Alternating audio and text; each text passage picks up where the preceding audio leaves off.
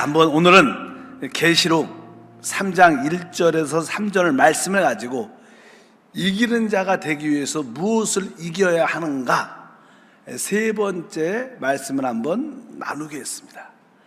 금요 우리 찬양 예배 테마는 이 마지막 시대에 이기는 자가 되는 길, 이러한 제목으로 말씀을 나눕니다.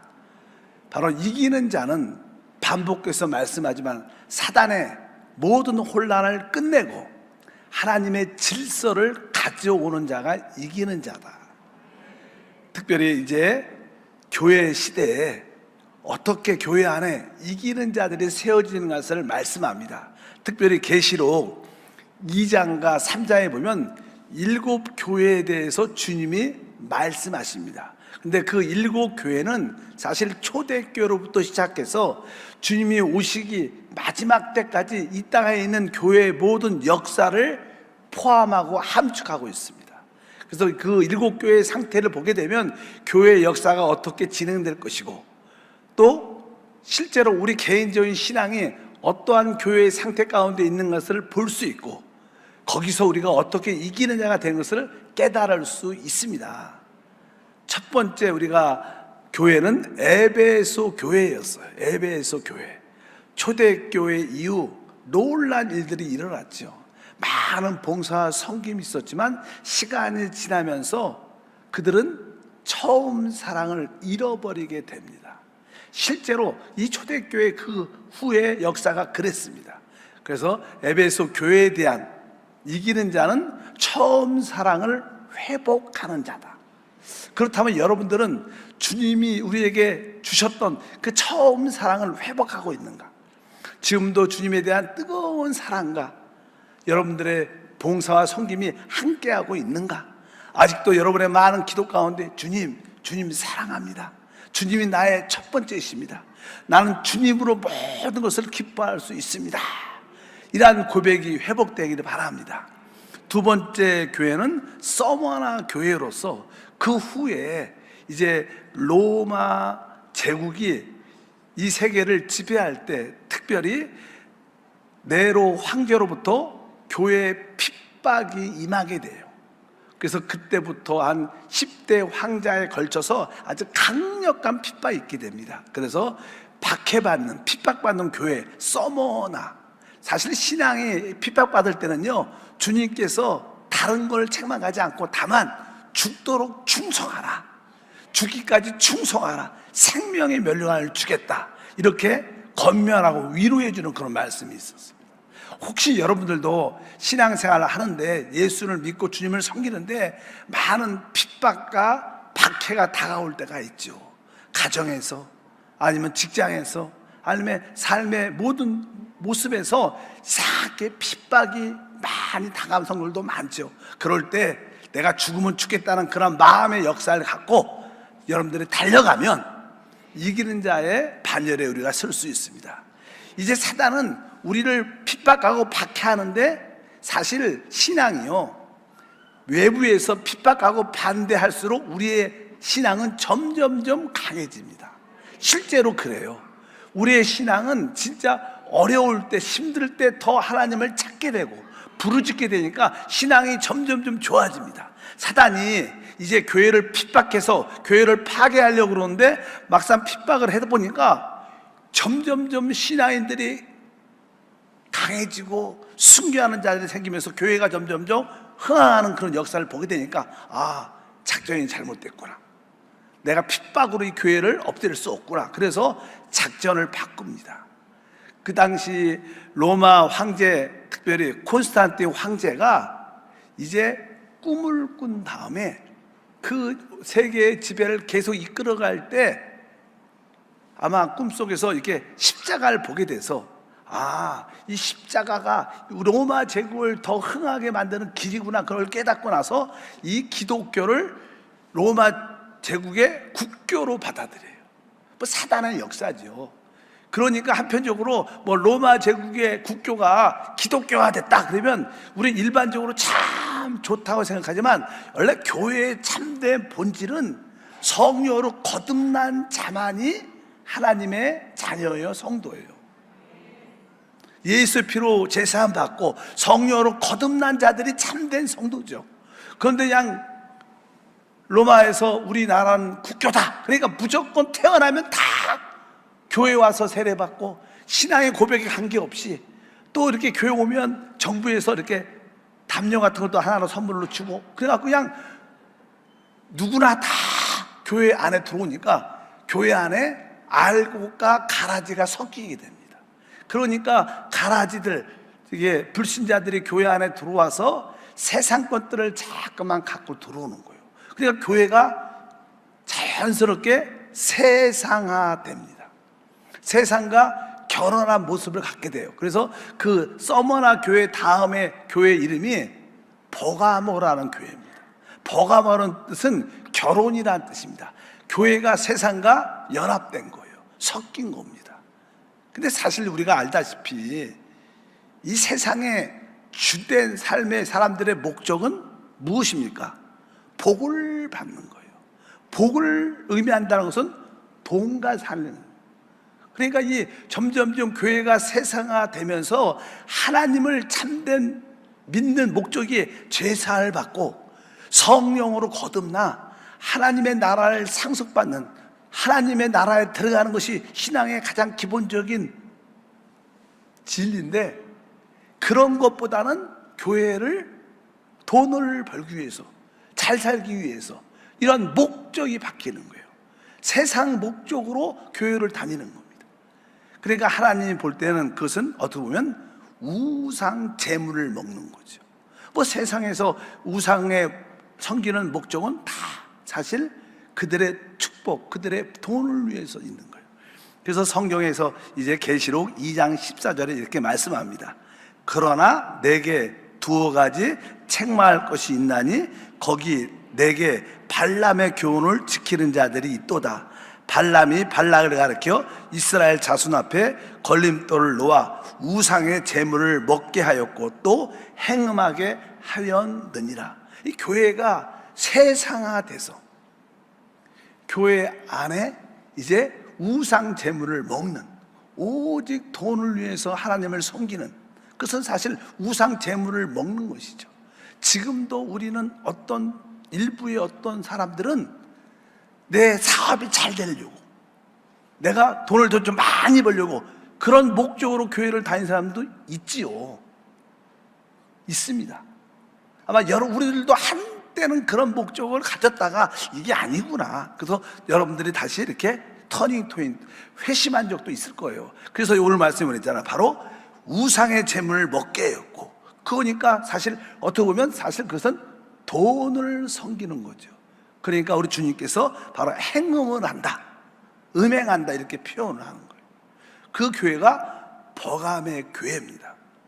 이 버가마 교회는 알다시피 이렇게 세상과 연합이 되니까, 세상과 연합되면 어떠한 요소가 있게 되면 그 교회를 이끌어 가려면 거기에 어떠한 성직자와 평신도를 구분을 쫙 합니다. 그래서 하나님의 일은 성직자만 하는 것이다.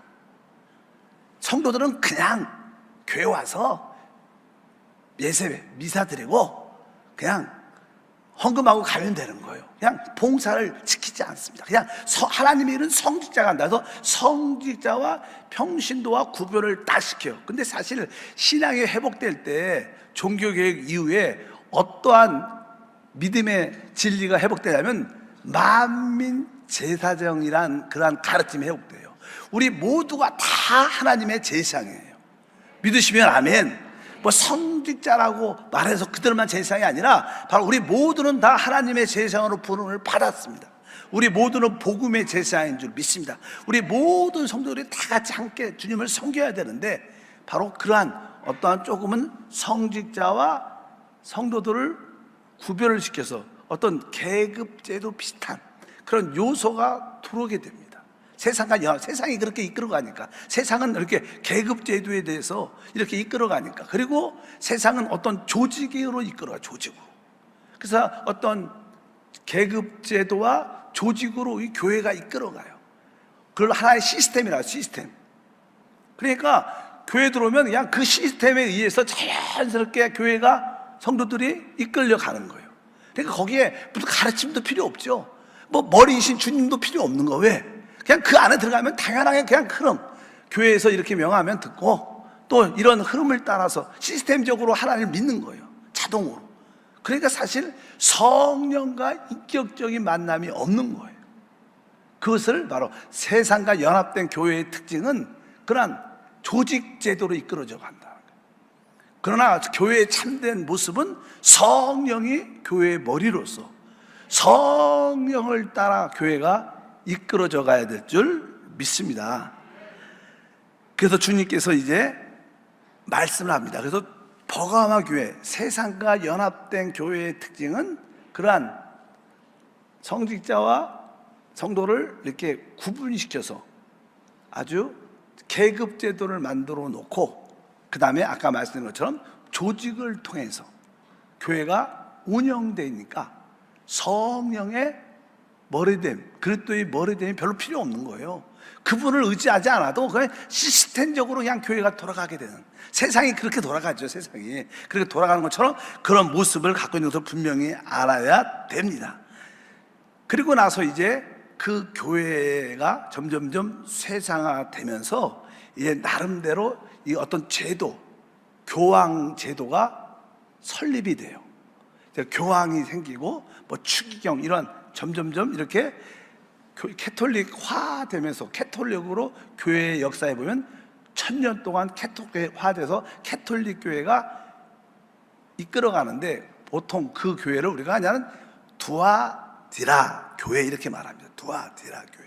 근데 이 두아디라 교회는 캐톨릭 교회를 의미합니다. 근데 두아디라 교회에 하나의 큰 문제점이 하나 있어요.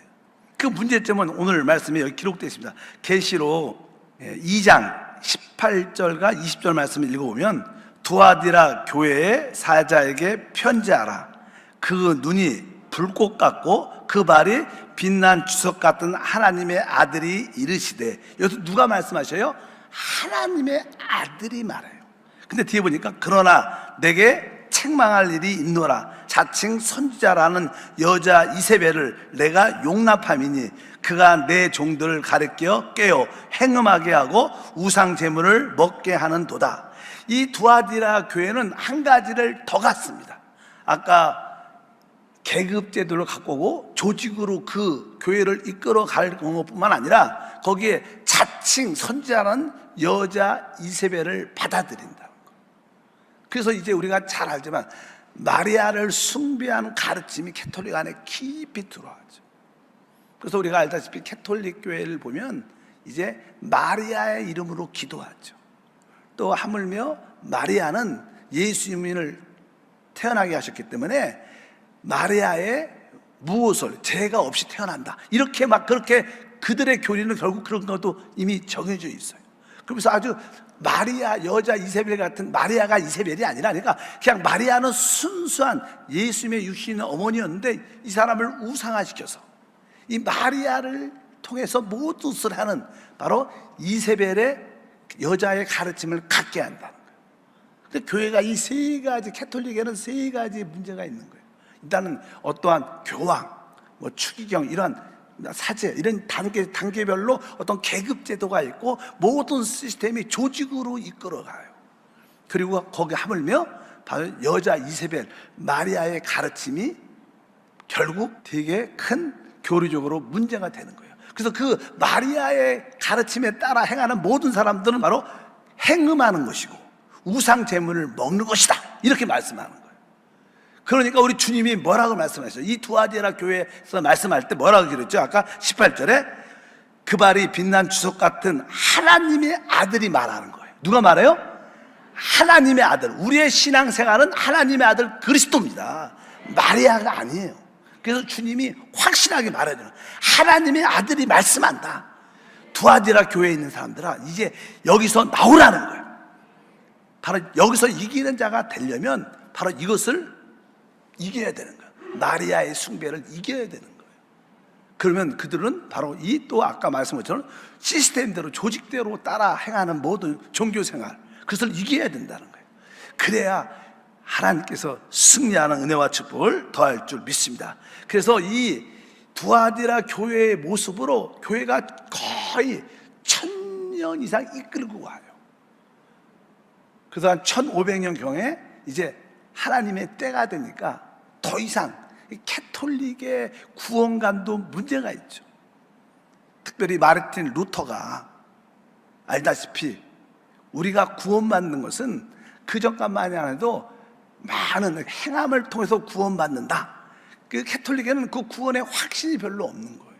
어떻게 구원받느냐? 우리가 하나님 앞에 행함을 통해서 구원받고 또 많은 헌금을 드림으로 구원받을 수 있다. 이런 잘못된 가르침을 많이 주게 됩니다. 뭐 캐톨릭은 이게 어떤 성전이 아름답고 아주 빼쭉하고 크고 그러잖아요. 그러니까 그런 걸 지려면 돈이 많이 필요한 거예요. 그러니까 성도들한테 많은 돈을 받아야 되는데 그러기 위해서 그냥 그런 많은 것을 역작용으로 만들어서 성도들로 하여금 많이 착취 비슷한 걸 하게 되죠.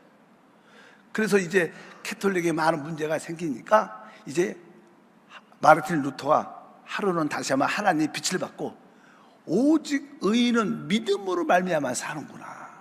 로마서를 강의하다가 로마서 말씀을 통해서 다시 한번 빛이 나죠. 아, 구원은 우리의 행함에 있는 것이 아니라 바로 믿음으로 통해서 우리가 구원받는구나. 그러면서 확 변화가 되게 되죠. 그래서 마르틴 루터가 이제 그를 통해서 이 캐톨릭 교회의 문제점을 발견하는 거예요. 왜 그전까지만 해도 이 캐톨릭 교회뿐만 아니라 이 캐톨릭 교회 안에 이 거룩한 우리 하나님의 이 성경 말씀은 사실 그때까지도 인쇄술이 발달이 되지 않았기 때문에 다 글로 이렇게 쓰죠. 그러니까 책들이 성경책이 많지가 않고 책이 라틴말로 되어 있고 그러니까 보통 사람들은 말을 읽지는 못해요. 읽어도 무슨 말인지 말고 성경 읽을 책도 없어요. 그러니까 그냥 성경을 읽을 수도 없고 오직 교회에서 말하는 이야기가 성경 말씀이다. 그러니까 성경의 진리에 대한 이해가 없는 거예요. 그래서 그저 교회 말에 순종하면 된다. 교황 말에 순종하면 된다. 신부 말에 순종하면 된다. 이렇게만 아는 거예요. 왜? 말씀이 없으니까. 그래서 많은 오류가 있게 돼서 이제 그 1500년에 마르틴 루터가 다시 한번 이 신득에 오직 의인은 믿음으로 살는구나. 그러면서 이 캐톨릭 교황에 대해서 반대를 하면서 거기서 이제 나오게 되는, 그래서 이제 그 가톨릭 교회에서 나오게 되는 주된 이유가 바로 구원관에 대한 다시 한번 마르틴 루터의 확신, 또 그 가톨릭 교회의 이렇게 잘못된 몇 가지 가르침들에 대해서 반박하면서 그와 함께하는 사람들과 나와서 종교 개혁을 일으킵니다. 그래서 이제 그 캐톨릭, 그때 대부분 교회가 캐톨릭이 이끌어 왔으니까, 그 교회가 캐톨릭이었으니까, 그러니까 그 교회를 반대해서 나왔는데 그 교회를 우리가 보통 개신교라고 말해요. 우리가 말하는 지금 프로테스탄트 개신교라. 그래서 우리 보통 한국에 있는 모든 교회들이 개신교, 성당도 있지만 캐톨릭도 있지만, 근데 성경에 보게 되면 아까 처음에 무슨 에베소 교회, 두 번째는 서머나, 그 다음에 세 번째는 버가모, 그리고 마지막 이 네 번째는 지금 두아디라인데, 이제 두아디라부터 그 다음에 4대 교회가 나와요. 그 다음에는 뭐 빌라델비아, 라오디아 교회가 나오는데, 이 네 가지 교회는 항상 그 서신서에 보면 내가 올 때까지 내가 속히 오리라, 이런 말씀들이 교회마다 다 써 있어요. 이것은 뭐예요? 주님이 오실 때 이 땅에 네 종류의 교회가 존속한다는 거예요. 알다시피 캐톨릭 교회가 지금 그때부터 계속 존속하고 있습니다. 그리고 이제 캐톨릭을 반대하는 새로운 교회가 생겼는데 그것을 우리가 개신교라고 말하는데, 개신교도 지금 다 있죠. 그리고 빌라델비아 교회, 또 나중에 또 오순절 교회, 이런 교회가, 그래서 보통 주님이 오실 때까지 이 세상에는 크게 말해서 한 네 종류의 큰 테두리의 교회가 있어요. 하나는 캐톨릭 스타일의 교회가 있고, 그것도 교회입니다. 왜? 주님이 교회라고 말씀하죠. 교회입니다. 거기에서도 이기는 자가 되면 되는 거예요. 그리고 어떤 분들은 이제 개신교 안에 있습니다. 개신교를 다닌다는 게 중요한 게 아니라 그 안에서 뭐가 돼요? 이기는 자가 돼야 되는 거예요. 그리고 빌라델비아라는 것은 나는 형제교회란 그런 뜻이, 형제교회, 그런 의미를 갖고 있습니다. 거기에는 어떻게 보면 어떤 성직자 개념을 빼버렸어요. 그래서 거기서는 다 성도, 형제라고 하는, 그렇게 그런 교회 스타일이 한국에는 그 교회가 별로 없어요. 근데 영국에는 많습니다. 그냥 그런 교회가 있어요. 그리고 나서 마지막에 라오디게아 오순절 교회 같은 스타일 교회가 있습니다. 그래서 우리 한세 교회는, 우리 순복음 교회는 조금 마지막 오순절 계통의 교회지요. 성령을 우리가 강조하고 성령에 대한 말씀을 많이 하는 교회인데, 어쩌든지 그렇게 개신교가 시작이 됩니다. 그래서 이제 오늘 말했던 3장에 나오는 말씀은 이제 뭐예요? 개신교 4대 교회에 대한 설명을 하는 겁니다. 오늘 잠시 한번 3장 1절과 2절만 읽겠습니다. 4대 교회 4대에게 편지하라. 하나님의 7 영과 7 뼈를 가지신 이가 이르시되, 내가 내 행위를 아노니 내가 살아있다 하는 이름을 가졌으나 죽은 자로다. 너는 일깨어 그 나온 바 죽게 된 것을 굳건하게 하라. 내 하나님 앞에 내 행위에 온전한 것을 찾지 못하였나라. 이 교회의 특징은, 이 교회들은 주로 우리가 살아있다, 근데 하나님 볼 때는 뭐예요? 영적으로 죽어 있다는 거예요. 대부분 개신교 교회들은 하나님 눈에는 그렇게 보이는 거예요. 그들이 아주 캐톨릭의 잘못된 모습을 갖고 반대해서 새로운 교회를 시작을 했지만, 그 캐톨릭의 나쁜 것을 확실히 버리지는 못한 거예요. 여전히 그것을 갖고 있고, 그것뿐만 아니라 또 많은 나누어짐이 있어요. 그래서 우리 개신교 교회는 이제 그 당시 종교 개혁 이후에 인쇄술도 발달됩니다. 그래서 성경이 번역이 되고, 이제 번역된 성경들이 인쇄술을 통해서 많이 찍게 되니까 성경을 많이 보급이 되게 돼요. 그러니까 일반적인 사람들, 하나님 말씀을 사람들도 성경을 읽게 돼요. 그리고 성경을 사모하고 성경을 공부하는 학사들, 박사들이 많이 생기게 돼요. 신학사들이. 그러니까 성경을 막 읽고 말씀, 그 전까지는 성경책이 별로 없어서 읽을 수도 없습니다. 오직 성직자라고 말하는 그런 분들만 공부할 수 있었는데, 이 인쇄술로 인하여 성경책이 확산되니까 많은 사람들이 하나님 말씀을 사모하고 하나님 말씀을 연구하고 기도하면서 하나님 말씀을 통해서 빛을 얻게 되는 거예요. 그래서 이제 거기에 처음에 독일 같은 경우에는 마르틴 루터가 해서 이제 루터교가 시작을 많이 해요. 독일의 대부분 교회들은 루터교입니다. 루터교는 사실 이게 국교의 국가교, 그러니까 나라에서 관리해요. 조금 차이가 있죠. 나라에서. 우리가 영국 가면 성공회 이렇게 말하죠. 이것도 나라에서 관리하는 교회입니다. 원래 캐톨릭하고 어떤 조직은 비슷하지만 관리는 나라에서. 그래서 국교회라 그래요. 국가가 관리한다 그래서. 근데 이 국가가 교회를 관리하니까 이게 합당치 않은 거예요. 그래서 그거에 있어서 반대해서 또 영국에서도 이제 배를 타고 미국으로 청교도들이 올라가고, 우리는 순수하게 하나님을 믿겠다. 새로운 바람들이 많이 불게 되죠. 근데 그 당시 이 마르틴 루터가 일으켰던 루터교나 뭐 여러 가지 성공해놓은 국가교회지만, 이제 이 교회가 개인적인 하나님을 사랑하는 사람들이 하나님 말씀을 깨닫게 했어요. 우리가 보니까 캐톨릭에서는 세례를 줬어. 세례를. 이렇게 성부와 성자 성령으로 세례를 주지, 머리가 물로. 근데 성경을 자세히 읽어보니까 성경은 세례가 아니야. 성경은 뭐예요? 침례예요. 그래서 참된 믿음은 침례를 받아야 된다. 그래서 침례교가 생겨요. 그래서 침례교단이 생긴 겁니다.